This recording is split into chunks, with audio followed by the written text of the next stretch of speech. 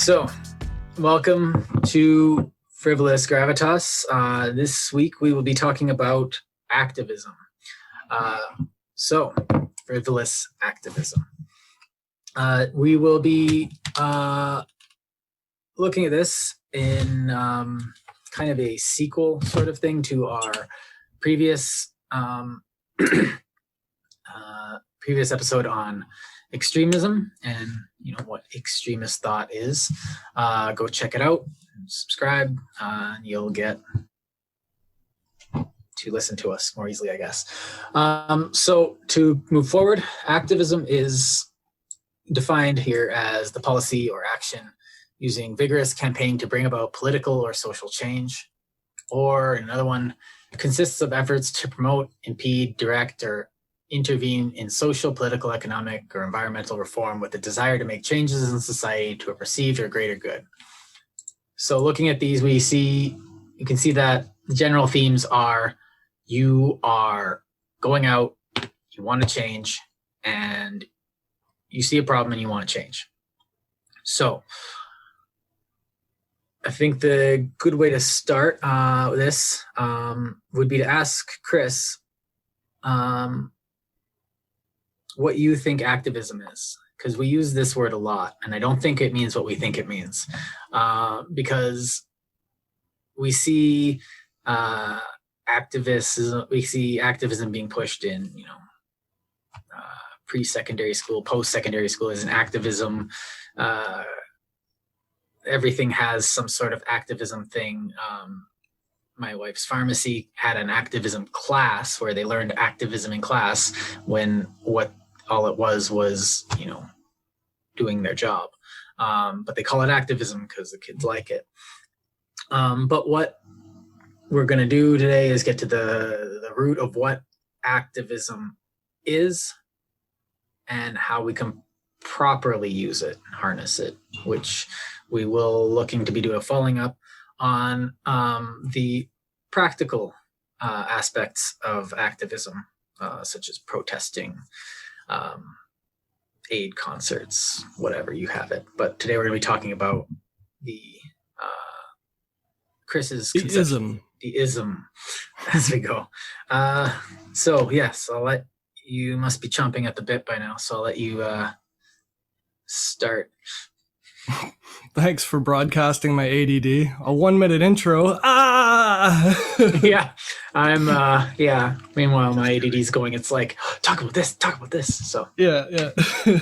I guess I'm always, my penchant is always to bring a philosophical light to the matters that I like to discuss. Not strictly speaking because there's no answer to it, and it's sort of like the only unknown frontier for our excursions of thought, but primarily I think because that's where we find, like, I hate to use the word growth, but like expanded awareness. Like, that's sort of the thing we can do today to affect tomorrow, is look for ways of broadening our perspectives or getting higher vantage points of view. So with that belabored and a dead horse beaten, I'll get into what I consider activism as the ism. I consider it in rare form, actually. It's very closely knit to the definition this time. Often I object to definitions or standard practices just because I find them woefully insufficient in describing what they actually supposedly do. But in this case, it's very clear from the definition that activism is not it's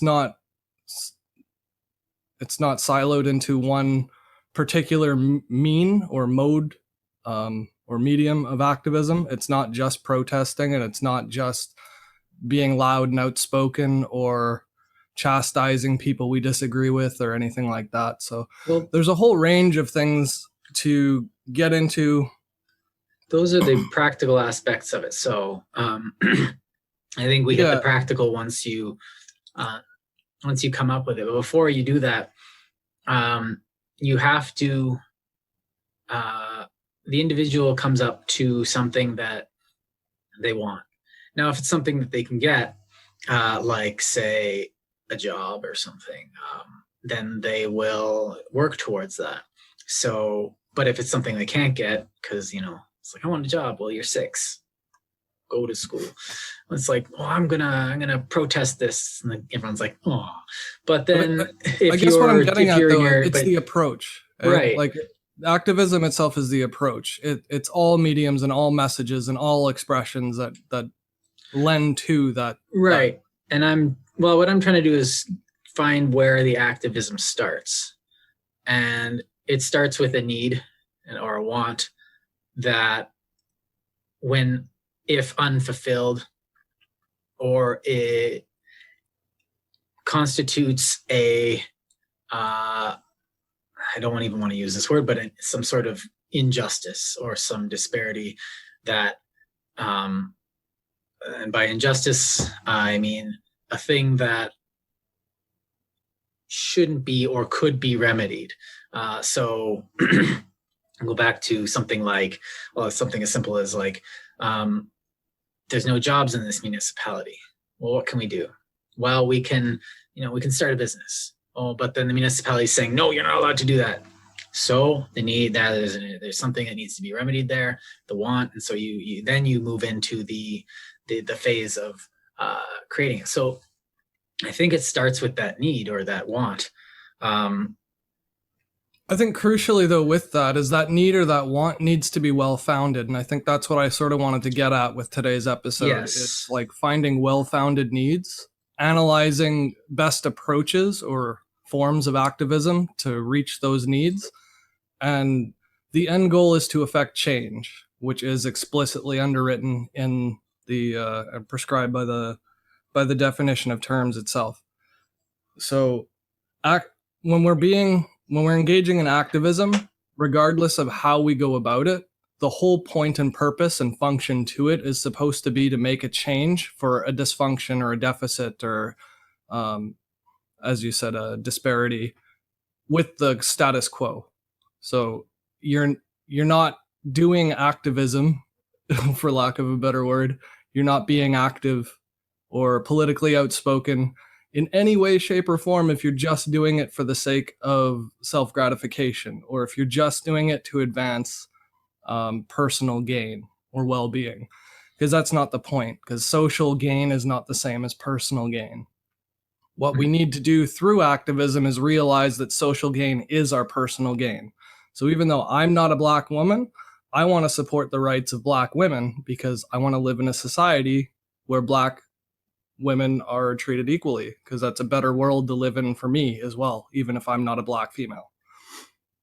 As a simple example. You could identify as one and then claim that you have the things, and then all of a sudden Black women have that. There was a white lady who pretended she was Black and like refused to allow people to deny her that. Yeah, she was wasn't she like a New York politician? I don't think she was a politician. Anyway, it doesn't matter.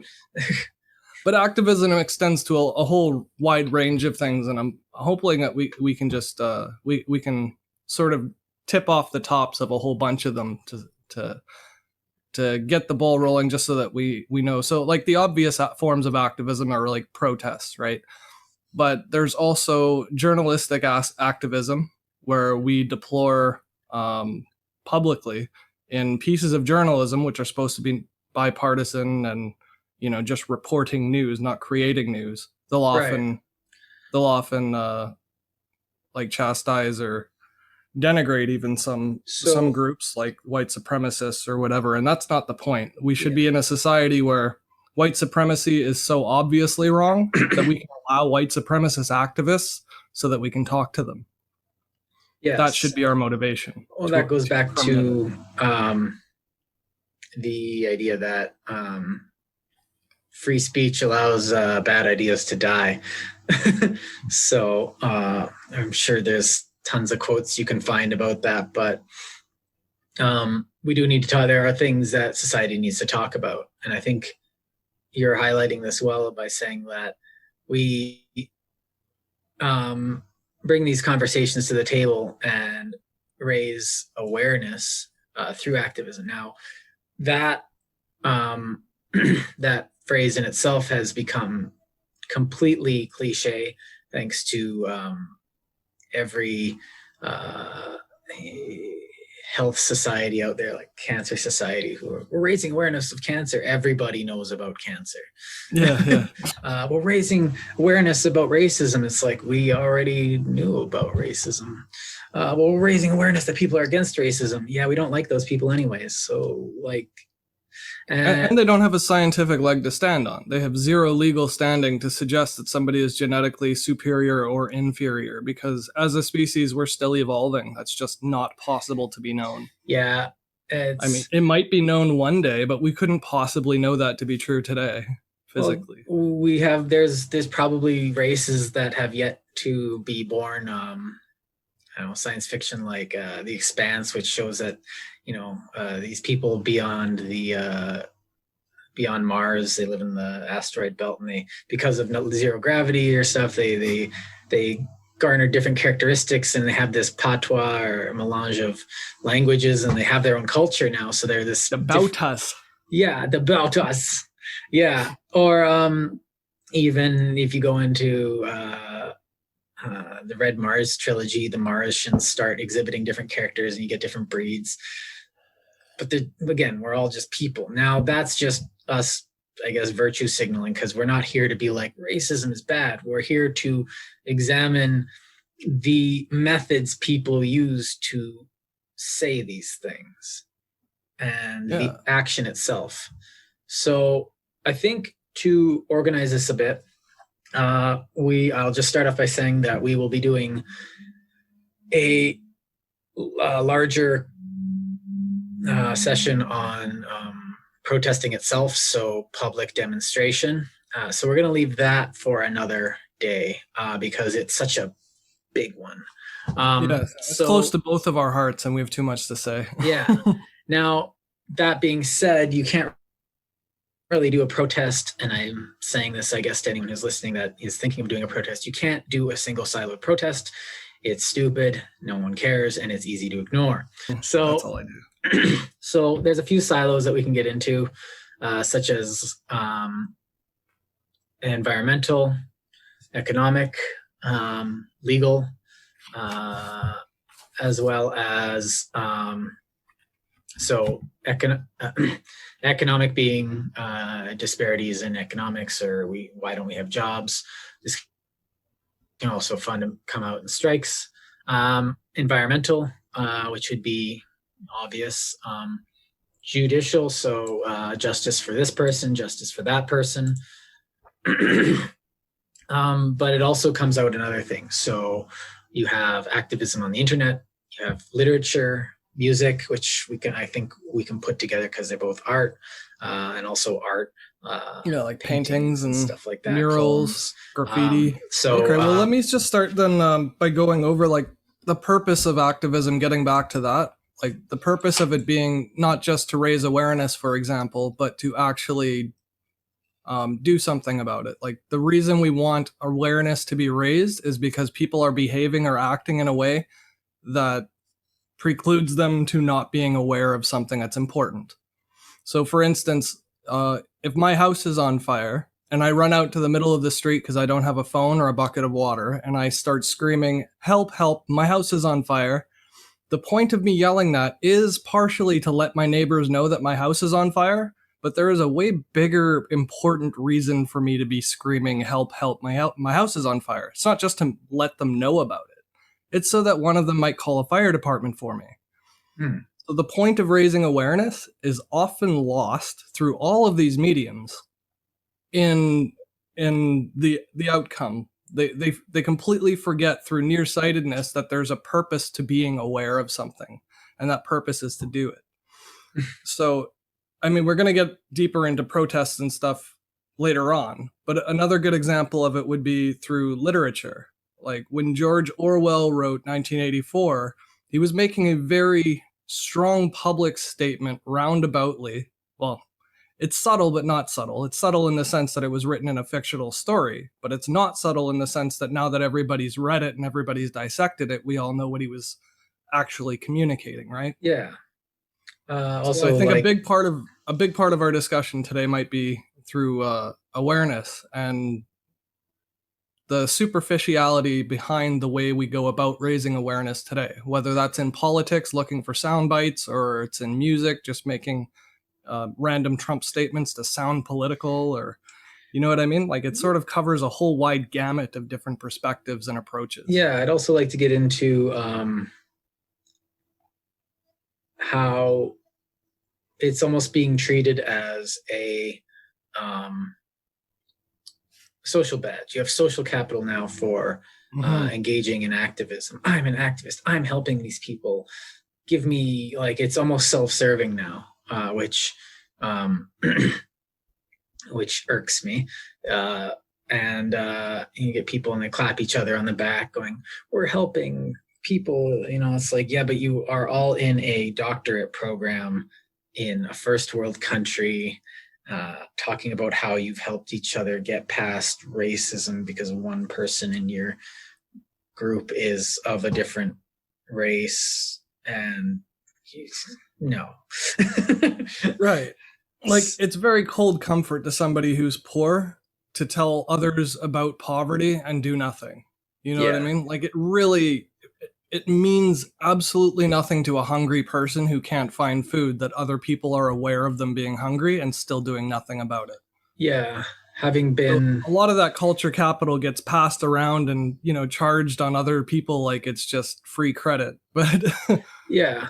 Well, it's just slapping a $5 bill away from someone. It's like, here you go. It's like, you know what? I don't want it off.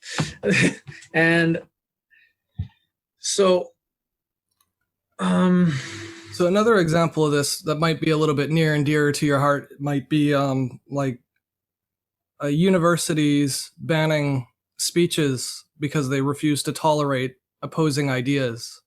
Mm-hmm. So, for example, Jordan B. Peterson was chanted out of, like, being able to speak publicly on, like, an organized event. It wasn't just some random get together or like pub speak. He actually organized an event, and people paid money to register. And yeah, this happened multiple times, if I remember correctly. And there were groups of people who were trying to do the right thing and raising awareness for their cause, but by doing it, they were silencing actual discourse, which is antithetical to their stated premise. Their stated premise was supposed to be to raise awareness in order to discuss that their point of view was accurate, but they refused to have the discussion. That's not activism. Yeah, the other thing I thought they were trying to get done was, because they were showing up and they had the banner saying, you know, whatever thing that they wanted to say at that time. Speech is violence or whatever. I'd have to look it up. But what they wanted was a confrontation. So you go in and you yell at the person directly. So they're like, Jordan B. Peterson they thought that Jordan B. Peterson was the avatar of white nationalism everywhere, which he's definitely not. Or, you know, white culture, and he's purporting to have this narrative of you know, supremacy or status quo, which he definitely doesn't. And what they were doing was they were going up and playing the hero. They were attacking with, you know, their words. So if words are violence, and you can yell at somebody and then you can do violence to them and you're hurting them, but he's just sitting there calm, being like, this too shall pass. And it's but what they're doing is they are not just making awareness, they are attacking, they are confronting. And it's that confrontation, that's the word I was looking for, sorry, was that the confrontation between them. They're not just, this is a evil. It's not even a perceived evil. He's right there, standing right there. This is like, if I was alive in the 30s, I'd be, you know, up in front of Hitler, yelling at him, being like, "You're wrong," blah blah blah blah. But it feels good. But it doesn't do anything, and it's an attack, and they're intentionally attacking the thing as if it's an evil. But to me, activism isn't an attack. It's because an attack is something you do when you're trying to destroy something. activism is something you do when you're trying to fix something. Would you agree with that? I would, in most cases. I mean, sometimes you attack people because you're defending yourself, and I think it's a very human thing to do to get defensive about contentious subjects. So I sort of give people a pass only because I'm cognizant of humanity, like everybody's human. Yeah. But where I don't give them a pass, though, is when they refuse to acknowledge what they're doing. Like when you bring it to light, when you face them and say, well, look, you're stymieing conversation and progressive reform by not letting people speak.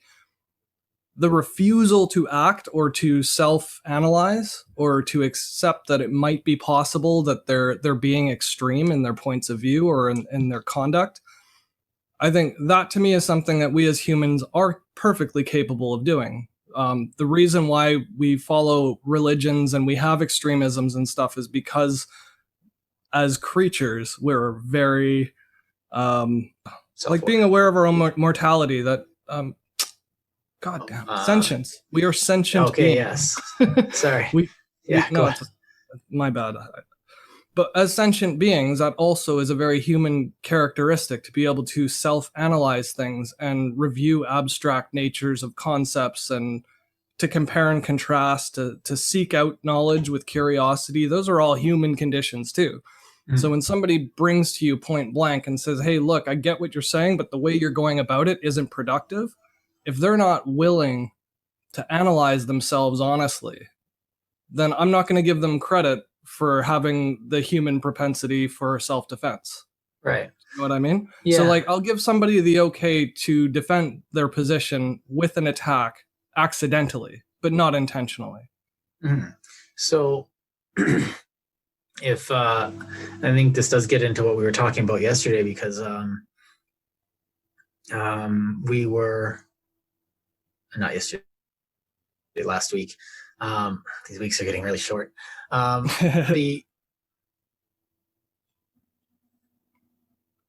The awareness, because we all, and this is, I think, again, what we did get into this a bit last week, is that we all have an individual perspective. Now, one of the interesting things about diversity and individualism in our society is that instead of having, one eye at the top, in this centralized thing trying to figure out what everyone needs, we have all these people. We have, a billion people in the free world looking around going, one of them looks over there and goes, this isn't right. I found something wrong. There's a missing stitch in the weave. There's a cracked pipe. There's something wrong right here. And I'm going to go over here and tell this person, and, I'm going to show them and be like, hey, look at this. And they're going to be like, okay. I don't think that's activism yet, because that's just talking. And I don't really want to rely on these categories too much. But what is happening is that person can go to another person, and then you get another people going like, and that other person might be like, yeah, this is a problem for you, but I can see this becoming a problem for me. So, let's go talk to, our representative or something. And eventually it becomes a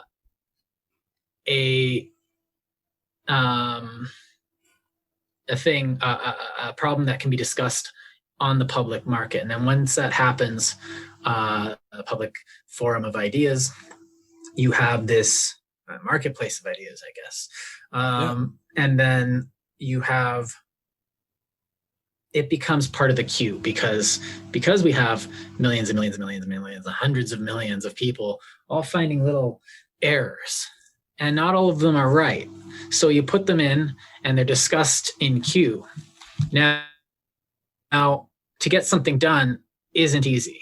To get something considered an actual problem isn't easy. So I would say that this activism is part of a rallying behind a problem to get it the respect it deserves in order to become something that can be dealt with. So not only is it there, so that it's in that marketplace. We have this problem. and you get people, the more people you have behind it, you can be like, yeah, this is actually a problem. We need to get that thing fixed. But then somebody else is like, okay, but your solution sucks. And then, the protesters can go, okay, yeah, well, what do you think? And the guy will be like, it might work better like this. And the protesters, or not the protesters, the activists are like, okay, you're going to come with us because you obviously understand this, and you're going to stand here and talk about say what you just said to the people that, can actually help us.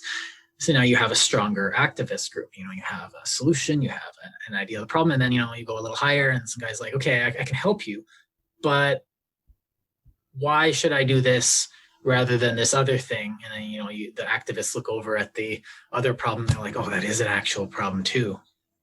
Can we do both? And that's the problem, because a lot of these things that are happening are concurrent, legitimate problems with probably actual viable solutions that we're all working at the same time. And this almost, I guess I'm creating a workflow of activism, but you're emphasizing, in my mind, the discussion itself, that well, here, is this what we mean? Is this what we mean? And is this what we mean? You better define the problem. You better define the solution. You better define the consequences of the solution, because the solution itself will have consequences. We fix this. So if anyone who's written code, I fixed this line of code, 47 errors. Okay, now I got to fix that line of code. I fixed it, 103 errors. So we don't know. So we do have to talk these things out. The tragedy of it is that in that time that we have to talk about it, is that there's going to be more harm happening. And that's that insistence.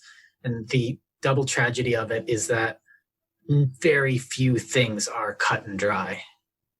So when you say activism, I need to get stuff done now, is that something we want? And in keeping with your the way you phrased it, I think is a good way of putting it, the workflow that we're going about, because I think that's really what we're trying to point out here. And I guess the workflow that I would suggest to it is that I think we should apply a formula to the way we go about our activism. And I say that not that all activism should be rendered down to some simple base. But what I'm saying is, from a formula, you can derive a model. And once you have a model, you can start minimizing the risk of extremism from activism, as well as the knee-jerk reaction to affirmative action on the other end of the spectrum, right? We can avoid the extremisms by having a model by which we discuss these issues. But we can only do that if we exercise activism responsibly or scientifically. I guess that's sort of what I'm getting at. It's like, if you make scientific the act that you take or undertake for activism, then you can at least be assured that there won't be a digression into transgression. Yeah, so now for those sliding to our extremist views, we'll actually be focused on resolving the issue and finding the optimal solution. Sorry. For those that don't like the term scientific when it comes to social matters, do we mean that applying the method, trial and error, and doing what seems to work? Because when you say, like, this is, and that there's not going to be one answer for all activism. It's going to. So that's a good question. I guess what I mean by it is that we should come to the table with ground rules. We should all accept that everybody's allowed to be activists, and we should all accept everybody's going to have different ideas from us. But we should also all accept that it's not acceptable to ban speech at a university. Because that's antithetical to the purpose and function and raison d'etre of a university. Universitas means all versions of truth. It's mutually exclusive to say you can't speak, you can speak, but we're an open society. You can't be both. You're either China or you're Canada. Pick one. It's that simple in my eyes. But I mean, it transcends to other aspects of our activisms as well. Because it's like journalism. You can't say you want unbiased reporting and you don't want sensationalism in the news while also supporting the fact that your news articles and journalists are outspoken against protesters. That just shouldn't happen in a free society and free press. You can have an editorial commentary about it, but it shouldn't be presented as news because you're not reporting on a protest if you're not articulating the protesters' views, even if you disagree with them. Right. And having just dived into journalism a bit for practical purposes, other than this, I would say that, yes, the idea of an objective reporter is false, but reporters can, or is a fairy tale, but reporters still can ignore their own biases to a large degree, enough to, report on something without being, this is stupid, or these people are doing this. Like, tell me what happened, rather than tell me why something terrible happened or something amazing happened. But to keep reporting on it as terrible it's just amplifying the already obvious nature of it. You know what I mean? Like, that shouldn't be the reporter's job to amplify it. It should just be to report it. So the best example of this I can think of is in 2016-17 when Trump got elected. And if I was American, I wouldn't have voted for Trump, but I quickly became so apathetic to the reporting on him. It's like, because, it's like, can you believe he said this? Can you believe he said this? Can you believe, and it was just examples of his demonic presence in the White House. And it was like, can we actually talk about politics? Because this is just like, the president shouldn't be saying this. The president shouldn't be saying this. And I don't know, I almost softened on Trump a bit because of it. I still think he's a bit of a doofus. He's not a bit of anything. No. But we won't get into that. If it's not obvious to anybody by now, then they obviously haven't read enough. That's all. But like, he's not a fascist. He's just a doofus. He's a capitalist. He likes anybody who supports him. So fascists support him. He likes fascists until they stop supporting him. And then he'll grind you. But like, he's not gonna lead America anywhere. Like, you guys have a very, very, very robust system, and you should be proud of it, and you should be defending it.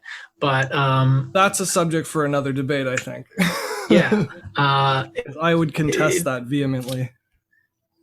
Well, it is extremely robust. I still have to say that. I wouldn't say so, but anyway, it's lasted hundreds of years of chaos. Like, it's an inherently chaotic system. Yeah, but it only seems like a long time to us because we haven't seen civilizations last more than 1,000 years. But human civilization is only like 10, 20,000 years. Like, that's a drop in the bucket over 4.3 billion years the Earth's been here. That's like, another conversation. To call the society robust when we've only just discovered civil society is kind of a stretch. We never had a UN until years ago. Yeah. That's another conversation. Yeah. So sorry. But in keeping back with the activism, I think it falls under like more subtle ways too. Like, for example, on the news today during these COVID times or whatever, we still have rampant anti-vaxxers and anti-maskers out there. People who believe that there are no benefits to wearing a mask. Just because 90% isn't 100% effective, it means there's no point at all, which is an extremist point of view. And we have people who decry that vaccines cause autism and all kinds of things that aren't proven, although we haven't disproven them yet. That should be open for discussion and debate with scientific method. But we're not having those discussions. We're reporting on how people feel about lockdowns constantly, every day on the news. How do you feel? And they have these long, drawn-out segments with kids making cards for elderly, and which it's nice and it's fine, but that's not news. That's not the purpose of the news. The news should be there to convey information to the public. And in their activism, or in their misguided activism, they're dissuading people from thinking clearly and concisely about known science in favor of tugging at their heartstrings to get some sort of response and reaction from the public just for views and advertising revenues and things like that. Those people shouldn't be in a position to be swaying popular belief or opinion. That's not their position or social function. I mean, you could have an investigative journalist do that because that's their job. Their job is to go out, find a point of view, and push it, and just see how much they can convince people. And you want people doing that from both sides. You don't here's want a point of view that I found that's weird. What's that? Because like I do see some investigative journalisms go out and they'll be like, I'm gonna go find a different point of view that not many people have seen, and they won't push it. They'll just be like, look at this. Isn't this interesting? And I think this is a very almost responsible form of journalism because they're focusing on the journalism aspect of it. And you hit on something there that really reminded me of a broader issue that I encountered when I was in university. I was going through my history degree, and I was also going through my archival degree, and I was being pushed to become an activist by students, professors, and all this. And so this idea that we're all activists, like, yeah, I guess we could be, but I want to be a historian or I want to be an archivist. So it's like there's activism within everything. And I feel like this is a misguided notion where everything needs to be towing a activist line, or everything needs to be, if you're a journalist, you should be using that to say something and problematize something, or if you're a artist, you need to do that something. Now, if you feel it and you actually care, and we do meet these people who are like, I'm really working towards this, or I'm really passionate about that. Great. But, Joe Blow, the taxi driver, doesn't have to use his taxi driving as activism because he's just a taxi driver. You might just and that's a really good point too, because there are a lot of people with public platforms who shouldn't be activists, but they're being encouraged to be outspoken on subjects they know nothing about. Well, why didn't you say something about this? Why didn't you say something? And every group's like decrying, and like BLM does this like in an inane fashion where it's like, you didn't say anything about this in your speech. It's like, yeah.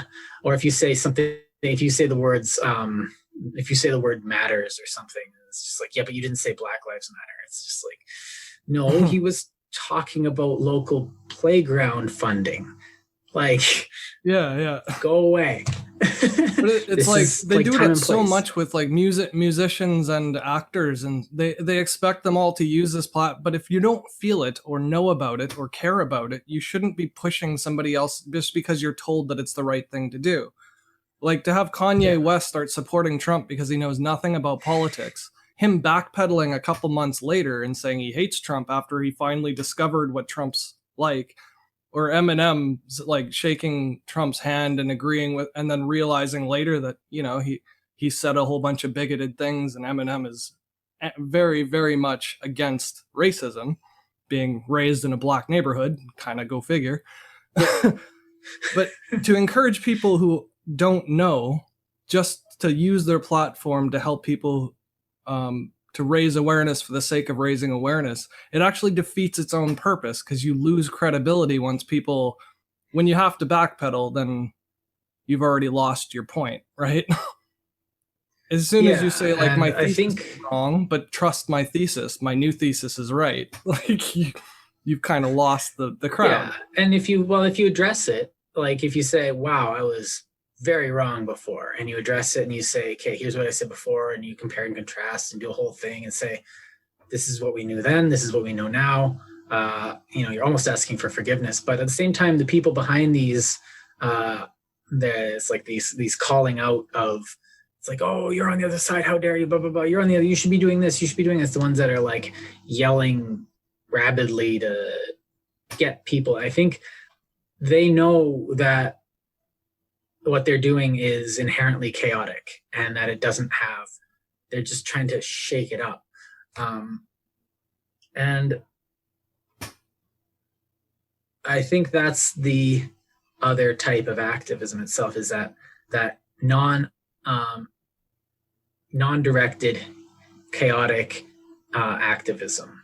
Now, I don't really want to get onto that yet because I think we still have lots to talk about with direction and finding a direction and coming to a conception of what the end goal and the plan will look like. And I think you've been kind of leading this up to this, whether intentionally or not, but you've been doing a good job of leading into it, is that, or hinting at, is that you need this end goal, you need this thing, because it seems like just like any business plan or plan of action, or here's how I'm going to approach this project. If you come out with, here's what I want, here's all what I'm going to do, I've thought about it as much as I can, all I need to do, the only thing I can do now is just, press play and try it. Those plans are businesses or projects or anything are going to end up a lot more. They're going to be finished a lot quicker. They're going to be, the work will be done more effectively, and you'll end up with a better finished product than when you say, there's a court case that you guys didn't like or something, and you go to you go and be like, we need to get justice for this, and you go and you're like, rah, rah, rah, rah. And then they're like, cool, what do you want? Like, we want justice. And the guy's like, rolls their eyes and goes, okay, we're sorry. And then they go back to their office. I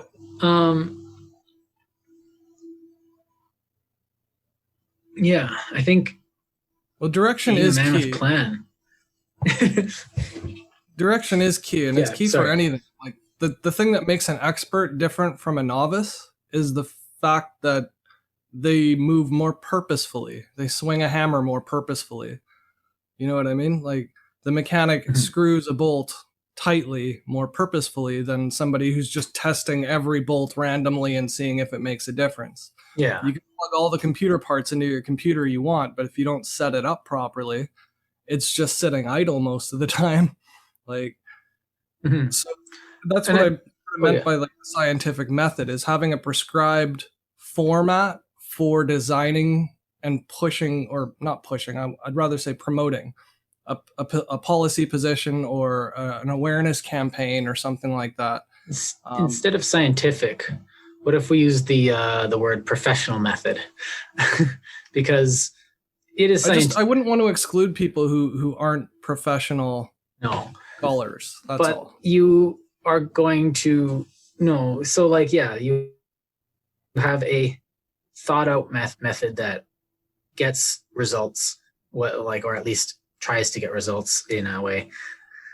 But I think that also boils down to who you're doing it for. If you're worried about the local homeless population and you are you going out and campaigning because you are actually worried about homeless people, or are you going out because you like being seen on TV? And I do have a problem with the later half, and a lot of the latter half of that distinction generally would be a lot more knee-jerk than the ones who are like, okay, I really don't like homelessness, and they sit down for way longer than probably I would to think about it. They interact with these people. They just go of their own volition and see what their problems are. They, maybe even open a soup kitchen. That's a good start. They organize like hampers and patrols to, get them, it's like, oh, hey, we found a homeless guy. Would you like some help? You put together a program rather than going to City Hall and being like, we need to fix poverty. It's like, and everyone else is like, duh. So I think on that note, and I hate to just play devil's advocate, but I'm not trying to be contrarian for the sake of it. Poor people. I want to emphasize that it's a spectrum, right? So like, not all raising awareness is bad. If we don't know about an issue, that might be the end goal to your activism, is just to raise awareness so that somebody more capable of doing more does it. Yeah. or so that more people capable of speaking out look into it and speak out more. So it's not that all raising awareness is bad, but it's, as you say, raising awareness for cancer. Nobody doesn't know about cancer.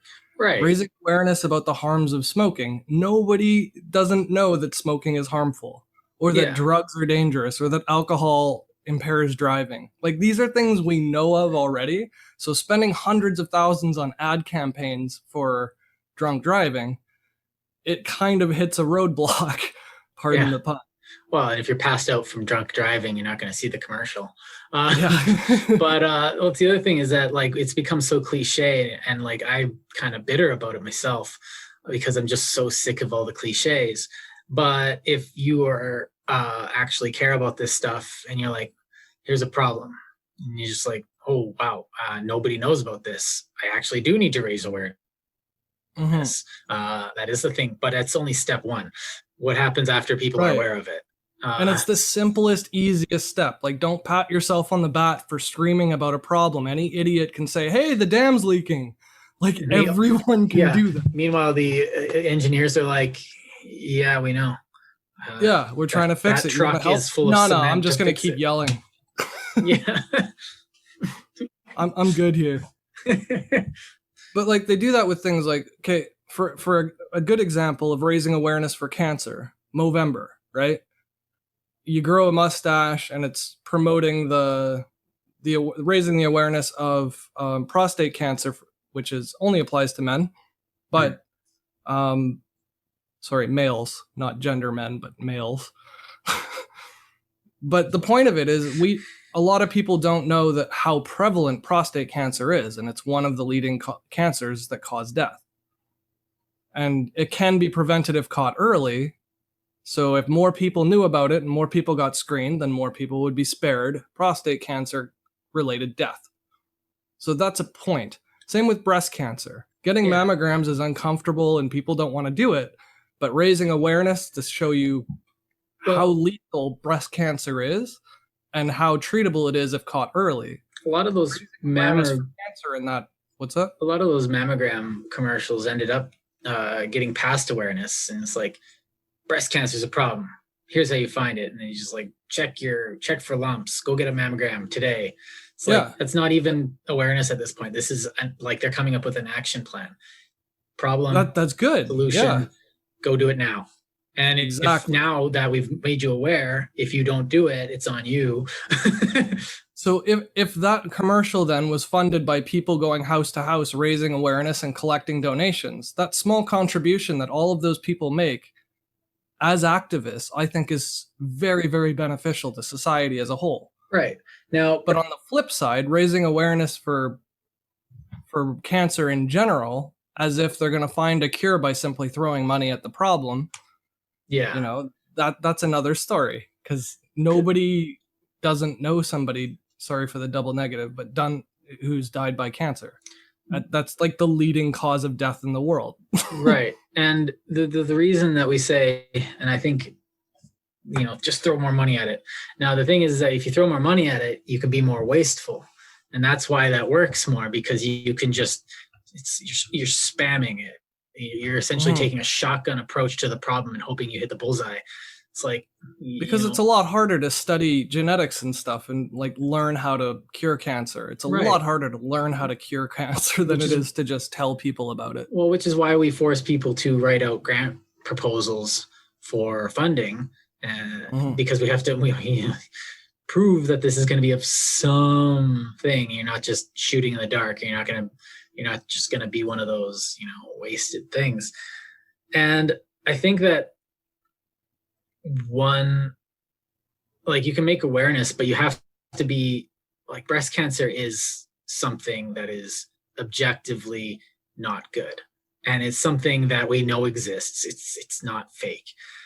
But if you're raising awareness, a lot of times we see people trying in their activism to, they're having to legitimate the problem in itself. So, if someone says breast cancer isn't a thing, everyone looks at them like, you're an idiot. Or if someone says, well, prostate cancer doesn't matter because it's happening to men, everyone looks at them like, who peed in your cornflakes? Like, so like these people are, they're bitter, and it's not like they're not actually like there's something else going on. But if your conception of a problem has very little basis in reality, then I feel I've seen like a lot of activism takes the form of, you don't know it, but this is happening, and blah, blah, blah, blah, blah, blah. All these things are happening, and everyone's just like, still not convinced. So you can't even get to the planning stage of it when you're advocating for something that is a dubious problem. I think in those instances, raising awareness is a top priority, because if people are still denying the problem, then that really needs to be made more clear. And Black Lives Matter was a good example of that, because we've heard in music and art and in writing for decades about police brutality and racism in the States, and there are still mass loads of people who denied it even existed until we had cell phones to record it on camera. Yeah. Like, that's a travesty. Yeah, and now we know the problem exists, and now we have to move past awareness and get to what do you call that? Problem solving. And you have people, like, there have actually been things that have helped, cameras on, like, recording police actions. Body cameras. Those have been demonstrated to help.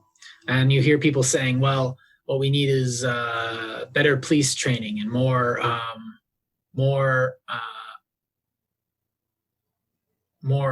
situational training for police officers.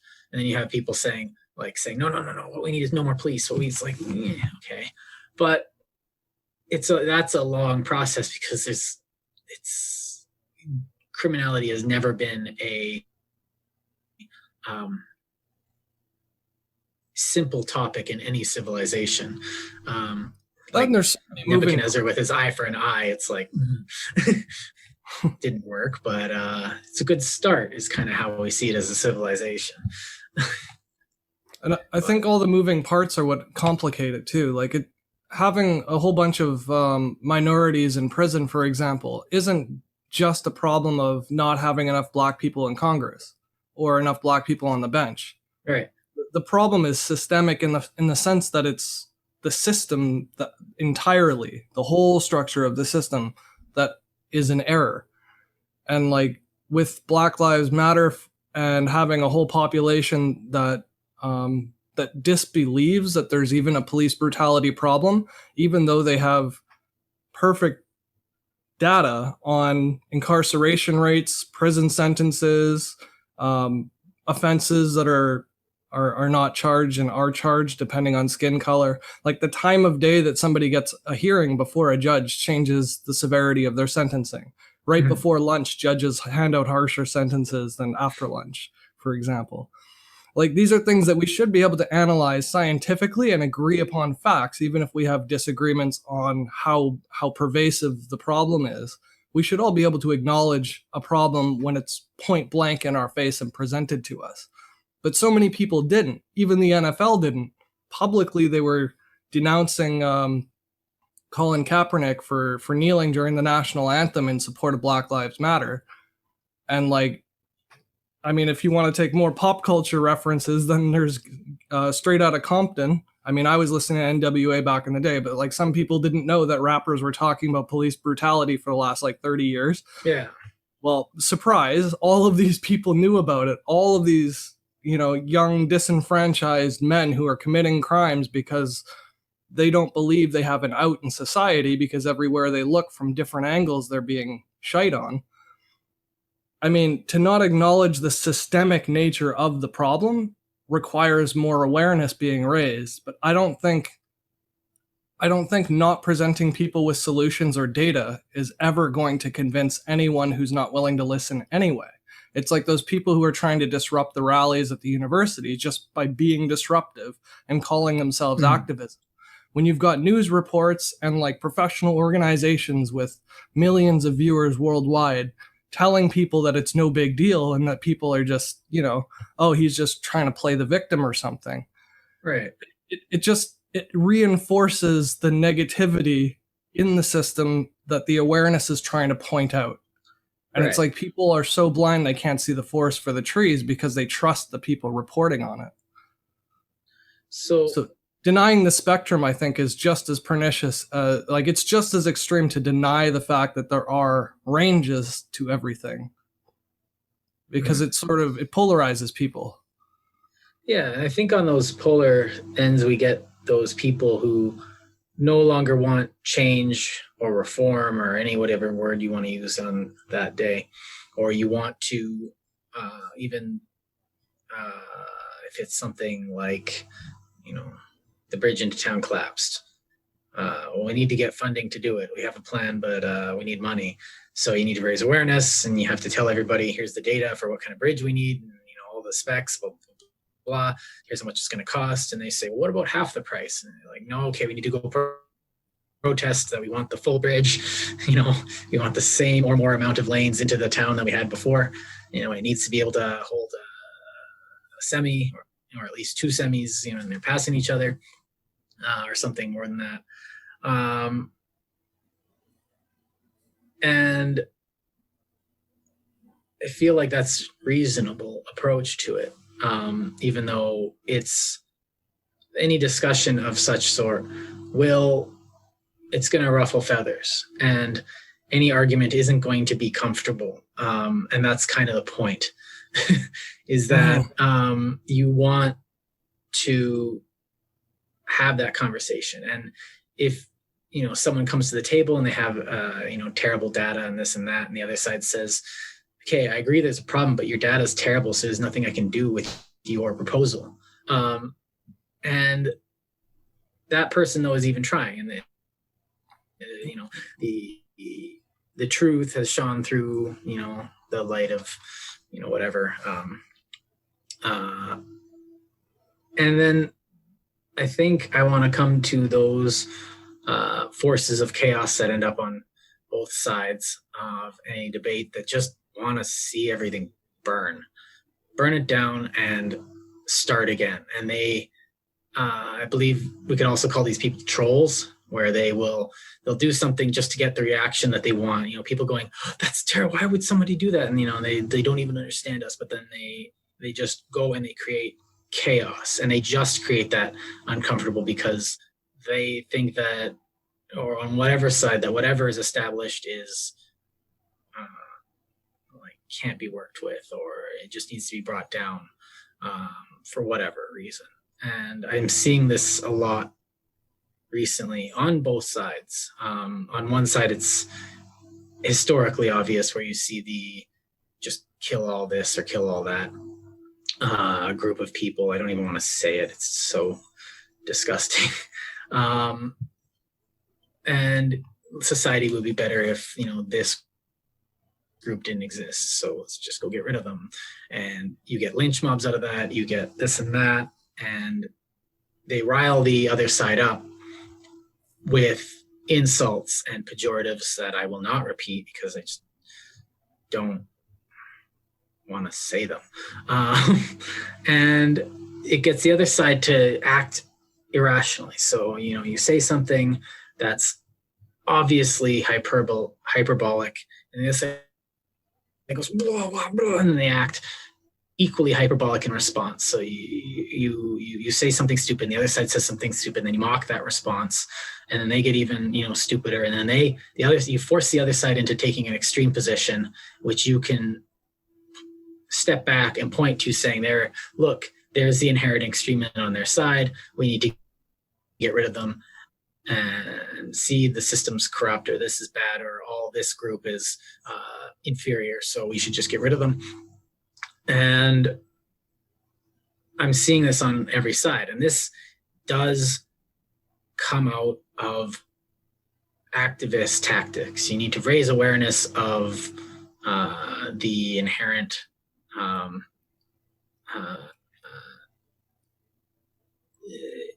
unusability or oppression of the system itself.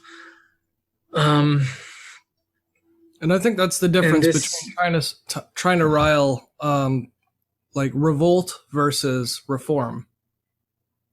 Because when you want to burn it down and just create radicals, and when you try and be extremist just for the sake of sparking another extreme reaction, you're essentially just being a social terrorist. I mean, you're not killing people, but you're trying to terrorize and cause terror amongst a broad mass of people. That's sort of the same thing. In my experience, if you are, boots on the ground, let's go anarchist, let's go get rid of the system, you're being used. Find out who's using you, because you will not like them. And if you were trying to get a mob to follow you, that's exactly what you would do. Oh, yeah. That's the successful approach to gathering a mob to back you. Yeah. Now, to those people, I would say one thing, which is a quote from like one of my favorite shows. It's easy to find something worth dying for. Do you have anything worth living for? And that's... What show? Oh, it's Babylon 5. It's my favorite show of all time. It looks stupid. It's a bit cringy, but if you get into it, it's a lot deeper than it seems, and it'll break your heart. But this thought came out of it. And a lot of times we have these causes that we move towards, and we feel like we need to be making society better. And we have this rhetoric in our society that leave society better than, you found it. Make a difference. And this is part of our society, and it's part of why our society is so, and our culture is so great. And because we let it evolve, and we let it change, and we let it try and change it for the better and through our own actions. But you can't do anything if you are acting from a place of fear.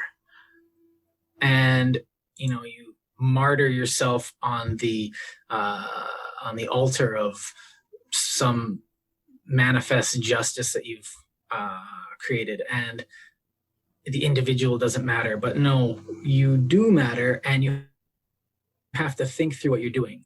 What are you trying to create? Because people are going to live there, and you might even have to live there yourself.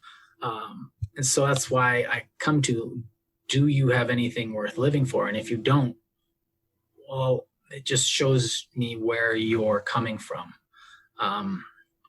If you're a martyr, you're only good dead. So but all martyrs aren't the actual people that we think they were. They are stories. And when we look at who the martyrs were, we get a conception of something that wasn't real. So when you're bringing yourself to your activism, you have to be grounded in reality. The reality that people are going to be living this that you're trying to create. And so, make a better world for your family. Find something. And I think that sort of comes down to priorities, right? So like after we've raised awareness or decided we want to raise awareness for a cause, and we have a cause that we can quantify, and we've put it together in a proper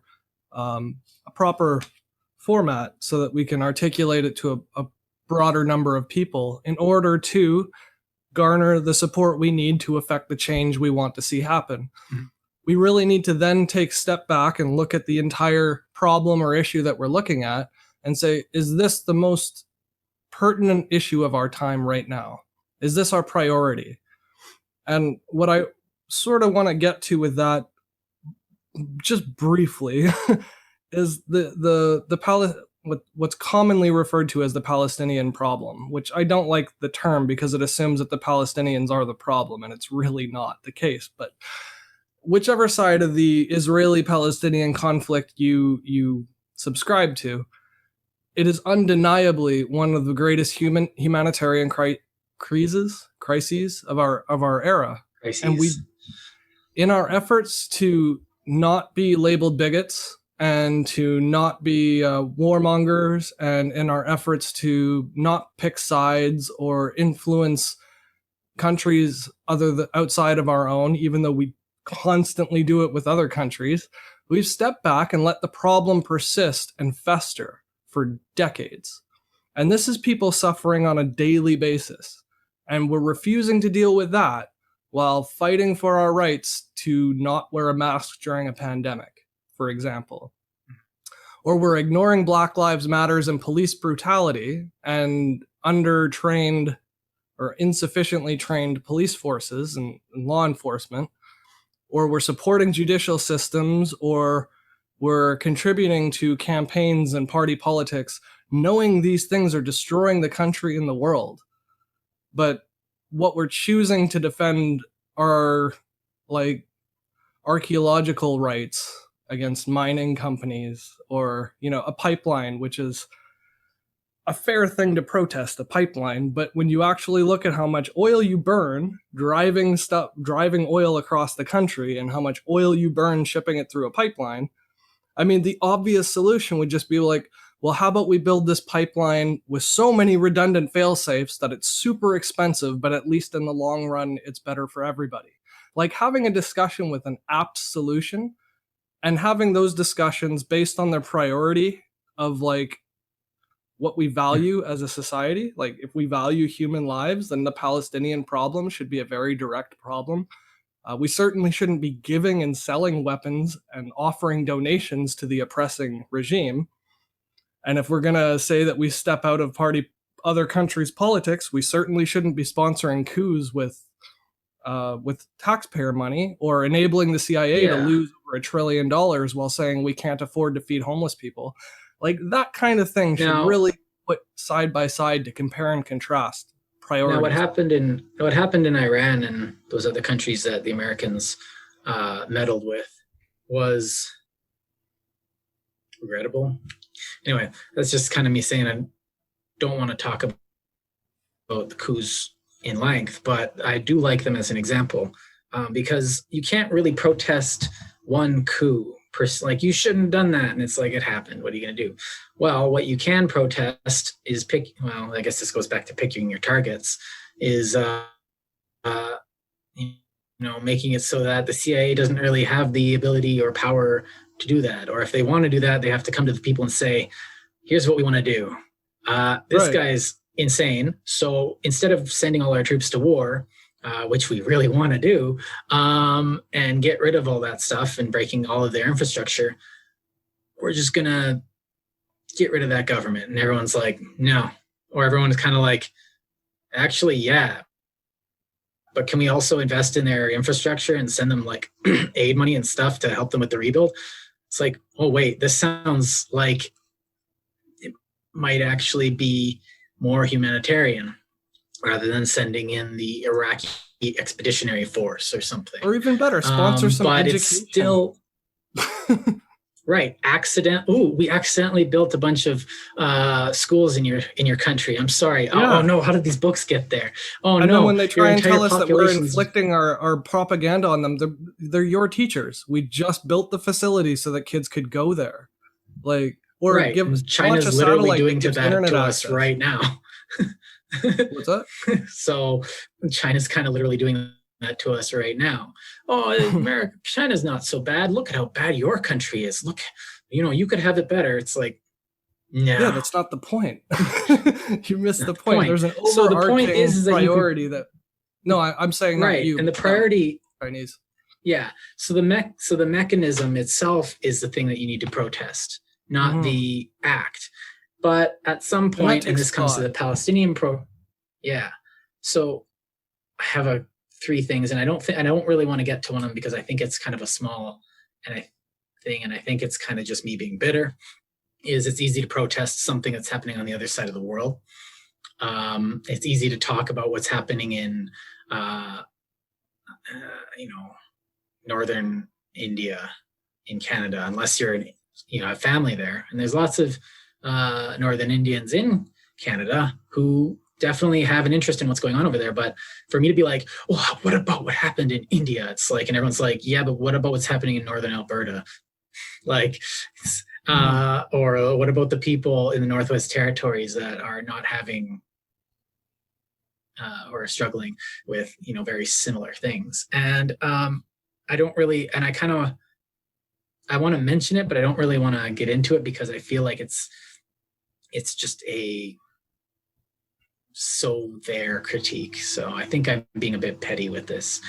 What I really want to get into, and I think has more fruit for discussion, is when you mention the Palestinian problem and the Israel-Palestinian stuff that's going on, but also the stuff with, say, the Kurds and the Turks and the Kurds and the Iraqis and the Kurds and the, Georgians and the what they called the Irish and the Northern Irish and the British, Catalonia and Spain, Quebec and Canada. All these contentious issues, you can go on forever. If you want, go into the comments and name 16 of them. If you name 20, you get I'll give you an upvote or something. Gold star. Yeah, gold star. You named the thing. Now, this also gets into the last thing, because the key word here that I'm thinking is that the most important point is the point of compromise. You're not going to get everything you want. And that goes for every activist thing. You are going to come up, you're not going to get everything you want because there's competing interests. You're not going to get everything you want because, you might have to have slow progress. You might not get everything you want because you might get something you didn't expect to get that's actually better. You might not get everything you want because the other side has valid concerns as well, which comes into the Israelis and the Palestinians. These people are both living there. You guys need to come to a compromise where you can, all kumbaya or something. And even if you hate them, they're still your neighbors, so get along. Now, I just made about 30 billion enemies, but that's kind of where I'm sitting. You have to be willing to compromise in some way. And but that doesn't mean... There are some things we should be able to objectively say is a bad way of resolving a conflict. Saying, here's money to buy weapons, and here's weapons, is not the same thing money. As... Well, I mean, okay, if you sell weapons to another country, and then they sell those weapons to Israel, and you give money to Israel, and they spend that money buying your weapons from another country, it's no different to me. That's just stupid. Completely indifferent. Or the whole Saudi Arabia, but that's not a way to Iran resolve any conflict. Rivalry. Even the ISIS thing, arming the Kurds, knowing they had issues with all these other countries around them because they have their own language, their own ethnicity, essentially, in all forms of culture by any definition. They should be an independent people, but they're not awarded their sovereignty, which by UN regulation, we've all said around the world that any country that declares its sovereignty peacefully should be allowed to do so. Having those double standards depending on who's got nuclear weapons and who's sponsoring our elections, and that should be of utmost importance when we're choosing how to engage in activism, in my opinion. Right. Now, arming the Kurds isn't a solution. It's the activists talking about we need to let give the Kurds determination. Self-determination. That's not the word. Well, it's good enough. And we need to give them self-determination and sovereignty over themselves. And how are we going to do that? Well, we can go to the UN. We can do this. We can, lobby. We can, talk to the Turks. We can talk to the Iraqi regime, which will be easy because they're weak. We can, put more pressure on Assad. Then we have to deal with the Russians. So this is going to be complicated. But you know what? If we start now, the faster we start working on this process, the faster we can come to a conclusion, and the more order we can bring to that area, the less war. And then somebody in the back's like, why don't we just give them weapons?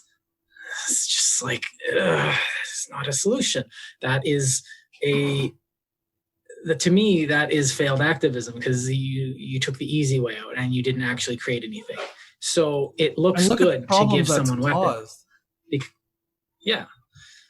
So activism is a harder way, because, what we're going to do is we're going to give them the tools they need to fight. It's that sounds good. But what if you took away the conflict itself?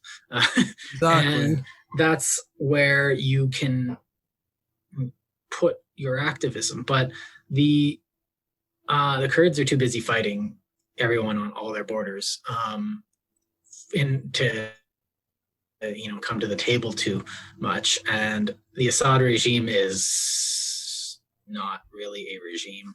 And the Assad regime was like all the created stuff- by support from the West. That's the problem. It wouldn't even be Yeah. there. It wasn't the people's choice. It was support from the West that led it to be the people's choice. It's just like arming Right. the Kurds So- against Al Qaeda and ISIS. It wasn't meant to right. have the, It was poorly thought out. So what I'm saying, and now when I bring up the idea of compromise, I'm not saying like you shouldn't get the things that you want. You should be willing to like attain the meta goals, but be willing to give up on some of the points. So Israel, Palestine have to, if you want to have you want to have peace, you want to have war, that's the meta goal, is to not be fighting each other. But then you have these extremists saying, well, no, we need to create the country of Israel. It's like, oh boy, that's totalizing. And then you have the Palestinians who are like, have also totalizing factions, but there's a lot of Palestinians there that also just, this is my house. It just happens to be here.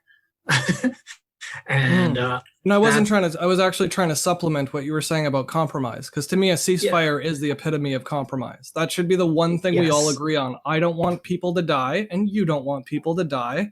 Ceasefire. Let's start from ceasefire. Let's start from compromise. Because the thing you're giving up is things like, oh, I wanted to kill that guy, but I'm willing to give that up in order to talk. Mm-hmm. But just let it known, put it on the record that I want to kill that guy.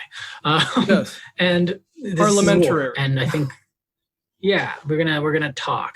And I think in the last 20 years we've made leaps and bounds, especially in the Middle East, compared to the way it was Israel just going in and attacking everyone around them.